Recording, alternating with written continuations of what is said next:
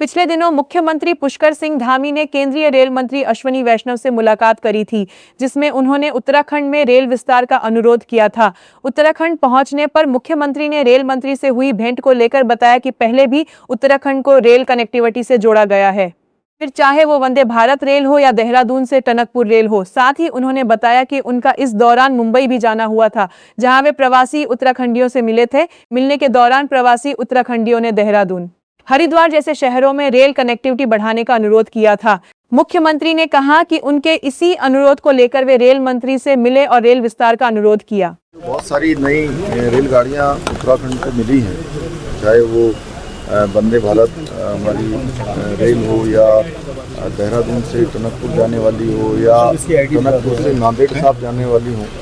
अनेक ट्रेन वो जो शुरू हुई उसका एक धन्यवाद किया। और दूसरा, अभी मैं पिछले दिनों मुंबई गया था, तो मुंबई के हमारे सभी प्रवासी भाई जो उत्तराखंड के बड़ी संख्या में वहाँ रहते हैं, उन्होंने अपनी ज़रूरत के मुताबिक उनको बार बार आना पड़ता है, तो ऋषिकेश, देहरादून, हरिद्वार के लिए एक नई ट्रेन चलाने के लिए और एक रामनगर के लिए उन्होंने कहा था कि मैं रेल मंत्री जी को कहूँ, तो मैंने रेल मंत्री जी से अनुरोध किया है। और एक यहाँ कोटा तक जो ट्रेन जाती है देहरादून से हरिद्वार से, उसको भी विस्तारित किया जा सकता है, ऐसे सुझाव दिए हैं। इसके अतिरिक्त जो ऋषिकेश कर्णप्रयाग रेल लाइन का काम चल रहा है, उसका भी एक बैच या कोई एक विजिट वहाँ पर हो जाए, जिससे कि जल्दी से जल्दी वो काम हो।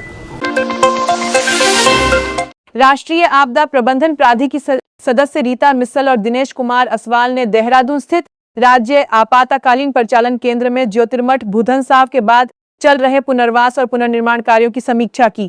उन्होंने अधिकारियों को सभी कार्य तय समय सीमा में गुणवत्ता और पारदर्शिता के साथ पूरा करने के निर्देश दिए। बैठक में प्रभावित परिवारों के पुनर्वास, मुआवजा वितरण और आजीविका से जुड़े कार्यों की प्रगति पर चर्चा हुई। एनडीएमए ने स्थानीय लोगों की सहभागिता सुनिश्चित करने और मुआवजा वितरण में तेजी लाने पर जोर दिया।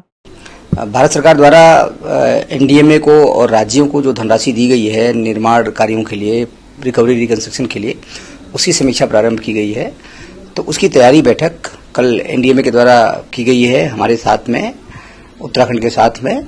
इसमें जोशीमठ के लिए जो हमको धनराशि मिली थी, जो स्वीकृति प्रदान की गई थी, उसके सापेक्ष 291 करोड़ रुपए हमको मिले थे, जिसमें टो प्रोटेक्शन वर्क था, स्लोप स्टेबलाइजेशन वर्क था, ड्रेनेज सिस्टम पे काम करना था और सीवरेज सिस्टम पे एसटीपी बनाने पे काम करना था। उन चारों के बारे में डिटेल में समीक्षा की है। हमने अपनी प्रगति बताई है। लगभग जो धनराशि प्राप्त हुई है, लगभग 71% के आसपास हम लोगों ने खर्चा कर लिया है उसका। उससे वे एनडीएमए ने संतोष व्यक्त किया है और हमें कार्य में तेजी लाए जाने के लिए, कुछ कार्य हमने अभी पूरे शुरू नहीं किए हैं, कुछ कार्य भी हमारे अनारंभ हैं, तो उसको हम लोग ये सोच के रोक रहे थे कि हम थोड़ा सा स्थिर हो जाए तब करेंगे, तो उस पर नाराजगी व्यक्त की गई। चुनावी वर्ष में मुख्यमंत्री पुष्कर सिंह धामी की सरकार ने बड़ा फैसला लिया है। अब मंत्रियों की 5 करोड़ से ऊपर की परियोजनाओं की मॉनिटरिंग की जिम्मेदारी कैबिनेट में युवा मंत्री सौरभ बहुगुणा को सौंपी गई है। मुख्यमंत्री के प्रमुख निजी सचिव के आदेश के मुताबिक सभी विभागों को 5 करोड़ या इससे अधिक की योजनाओं का ब्रीफ नोट सौरभ बहुगुणा के पास भेजना होगा और उसकी कॉपी मुख्यमंत्री कार्यालय को भी देनी होगी। 5 करोड़ से ऊपर के काम उनके माध्यम से होंगे, तो इसमें मेरे ख्याल से तो किसी को, मुझे तो कोई आपत्ति उसमें दिखाई नहीं देती, क्योंकि सौरभ को अच्छी तरह मैं जानता हूँ, बहुत अच्छा नौजवान है और आगे भी बहुत संभावनाएं हैं। लगता है मतलब बैलेंस करके सारे विभागों को अच्छी मॉनिटरिंग कर पाएंगे वो। देखिए मुख्यमंत्री जी वहाँ इतना समय नहीं होता कि इतना पूरा काम कर सके। ऐसे में अगर उन्होंने एक टीम बनाई है तो उसमें किसको क्या आपत्ति है। लेकिन सरकार के इस फैसले के बाद विपक्ष और कुछ नेताओं ने सवाल भी उठाए हैं। पूर्व मंत्री तिलक राज बेहड़ का कहना है कि उन्हें इस आदेश की जानकारी नहीं है और अब ठेकेदारों को और चक्कर काटने पड़ेंगे। मुझे लगता है कि बाकी मंत्रियों को भी डाउन किया जा रहा है, बाकी मंत्रियों को भी उनकी हैसियत दिखाई जा रही है कि मंत्रियों की फाइल भी, विधायकों की फाइलें भी, शासन में और 10 तरह की फाइलें चलती हैं सरकार में, डेवलपमेंट की, विकास की, क्या सारी सौरभ बहुगुणा के माध्यम से जाएंगी? इसमें भी कोई ना कोई बहुत बड़ा खेल है सरकार का, जो इसके अंदर छुपा हुआ एजेंडा वो भी धीरे धीरे सामने आएगा। इसमें भी भ्रष्टाचार की बू आ रही है, इसके अलावा कोई और काम नहीं है। अब सारे मंत्री भी वहां नतमस्तक होंगे, सारे विधायक भी होंगे, सारे दर्जा मंत्री भी होंगे, सारे लोग अब सौरभ बहुगुणा क्या हाजिरी लगाएंगे, माथा टेकेंगे, उसके बाद ही फाइल आगे जाएगी। पहाड़ी व मैदानी क्षेत्रों में हो रही लगातार बारिश से जनजीवन पूरी तरह से प्रभावित हो गया। लगातार बारिश से जगह जगह जल भराव की समस्या उत्पन्न हो गई। वहीं 3 दिनों से हो रही लगातार बारिश के कारण मंगलौर कस्बे में गंभीर जल भराव की स्थिति उत्पन्न हो गई है। बुधवार देर रात शुरू हुई बारिश लगातार जारी रही, जिससे नगर की जल निकासी व्यवस्था पूरी तरह चरमरा गई। कई मोहल्लों और प्रमुख मार्गों पर पानी भर गया, जिससे लोगों के घरों में भी पानी घुस गया और आवागमन बाधित हुआ। भारी बारिश के चलते मंगलौर कस्बे में हुए जल भराव की समस्या को देखते हुए नगर पालिका अध्यक्ष मोहिउद्दीन अंसारी ने प्रेस वार्ता कर जल भराव की समस्या से निजात दिलाने का भरोसा जताया।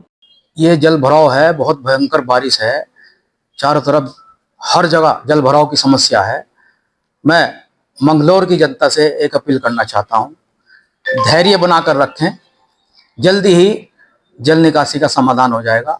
हमारी पूरी नगर पालिका की टीम, मैं, हमारे जो भी पूरा स्टाफ है, जल निकासी को लेकर बहुत गंभीर रूप से उस पर ध्यान दे रहे हैं। हम गंभीर हैं, हमें मंगलौर की सम्मानित जनता का ख्याल है और जल्दी ही ऊपर वाले ने चाहा तो जल निकासी की समस्या से समाधान हो जाएगा, जल भराव की समस्या को दूर कर लिया जाएगा।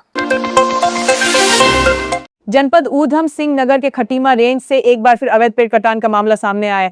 कुछ दिन पहले 16 पेड़ों के कटान की पुष्टि के बाद मामला अभी शांत भी नहीं हुआ था कि अब चकरपुर वन चौकी क्षेत्र में फिर से कटे हुए पेड़ों का मामला चर्चा में है। आरोप है कि मौके की वास्तविक स्थिति और अधिकारियों को दी गई जानकारी में बड़ा अंतर है। खटीमा रेंज के अंतर्गत चकरपुर वन चौकी क्षेत्र में पेड़ों के अवैध कटान का नया मामला सामने आया है। मौके से सामने आए वीडियो और लोकेशन फोटो में 4 कटे हुए पेड़ों के अवशेष दिखाई दे रहे हैं। प्राप्त हुई थी कि हमारी चकरपुर गेट में 2 सूखे गिरे हुए उखड़े हुए सागवान के 2 पेड़ों का पालन किया गया यहाँ पर और उसके संबंध में हमारे वहाँ रेंज केस दर्ज किया गया है, जिसकी जांच अभी गतिमान है।